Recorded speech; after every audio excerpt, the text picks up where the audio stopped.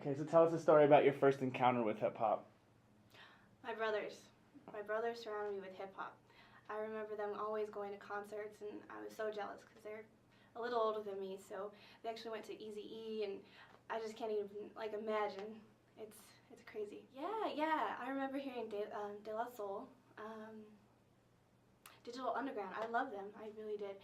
My first encounter with hip-hop, 1983, New York City. I'm from suburbs of Baltimore, Maryland, and got a lot of sisters. So my grandparents, in order to give me some rest during the summer break, vacations, would just have me come up and spend the entire summer with them. And so I was in New York City, hanging out with my friends, playing wiffle ball, running around in camp. Hip-hop is starting to hit, Run DMC's doing their thing, Cold Crush Brothers, everybody's doing their thing, and learning how to breakdance.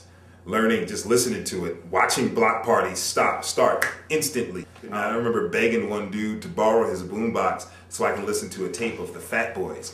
And it took me 3 months. Every day I asked him, Damon, let me borrow your boombox. Damon, let me borrow your boombox. 3 months before he finally let me hold it for 20 minutes. And I swear I listened to that Fat Boys song like 60 times. In that 20 minutes, the Fat Boys are back. And you know, they could never be back. That was the move for me. I've had a lot of kind of outer body experiences with hip hop. Junior prom. I took a young lady I had my eye on for a long time and had a lot of money to spend on her. She ended up, that night of the prom telling me that she didn't feel the same way. So I stopped spending money on her and went out to the Sam Goody, got a Walkman. I bought Fear of a Black Planet. And I bought People's Instinctive Paths to Funk and Rhythm. My first exposure to hip-hop was through tapes from my brother, Too Short, Fat Boys, Digital Underground. So through my older brother and through watching in pop culture, kind of breakdancing and seeing all the movies, Beat Street and all that. And that introduced me to hip-hop, and it's been love ever since. And I remember I was in my cell in Texas. I got arrested for graffiti, and I'm breakdancing, and the guy gets on the intercom, and he's like, "Hey, what are you doing there?" He's like, "Hey, let me see that." You know what I mean? And then when I got out, they're getting rid of my blankets and stuff, and it's time to go, Albert. You're released. And I'm like, "All right." And they're all, "It says here you're arrested for graffiti. Why'd you come all the way to Texas to do graffiti?" And I said, "Well, because there's a breakdance competition here, and we thought we'd paint some trains." "Really, you breakdance? Let me see." They turn on the radio, and these two, CEOs of the correctional facility want me to breakdance for them. And I'm like, where in the hell am I at that these people are asking me to perform in a jail? And even all the inmates made an announcement, and me and my cellmate, they made us breakdance for everyone. Everyone's cheering and laughing and having a good time. And I was like, there's something magical about this. There's something that could never be boxed or put in a box about this. And as soon as it is, it's going to break out and do something that someone don't like. And the reason why they don't like it is because they can't control it. And I think that's what's so magical about hip-hop. I came to house music probably about 7 or 8 years old. I had an uncle who was going to graduate school at the University of Chicago. And whenever I go visit my grandparents, he'd be home, it'd be the holidays or somebody's birthday. And he was this beautiful 6'5" gay man, and he'd come home with these suitcases full of tapes from Marshall Jefferson and 10 City and Colonel Abrams and Larry Heard, and he'd get ready for dates. And I was just a little girl, and I'd sit on the edge of his bed, and he'd pull all these Halston scarves out of his suitcase, and he'd get out his sewing machine. He was going to go into Pittsburgh and dance on the weekends, and he'd play this music. And I could tell that his life at the time was a struggle, being, a young gay African-American man in a graduate program at University of Chicago in the late 70s, when there weren't that many of him there. And my family, parts of his family, I guess, were not as open to his sexual orientation as they could have been.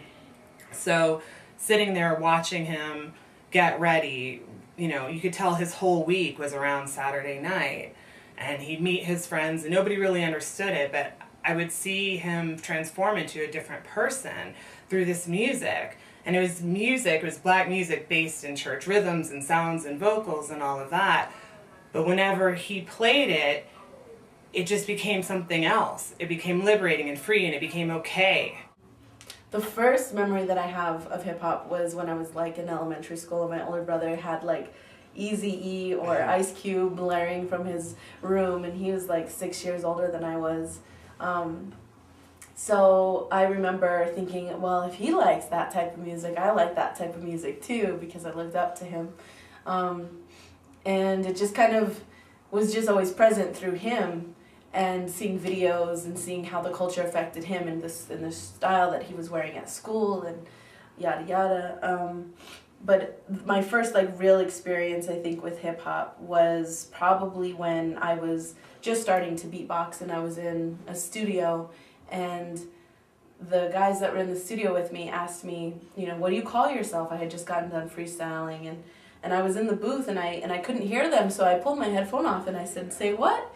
And they were like, you know, one of the guys started to repeat the question, and another one interrupted him and was like, no, that's it, that's what she calls herself, that's it, say what? And they all just kind of like, you know, like looked at each other and were like, okay, word, like this is really cool. And I just kind of was like, at that point, just embraced by it, and just like saw so much like camaraderie and wordplay and slyness and creativity and like all of these things that I was just kind of like, that's what they call me. Like, okay, sure. And so, you know, they all had a different respect for me after they heard me freestyle my beats and everything. And that was kind of my first experience of representing an element and having, I guess, true acknowledgement of what I was doing. And it wasn't like they were trying to play it down or anything, but they were all very, very much different toned in their voice and in their mannerisms with me once I had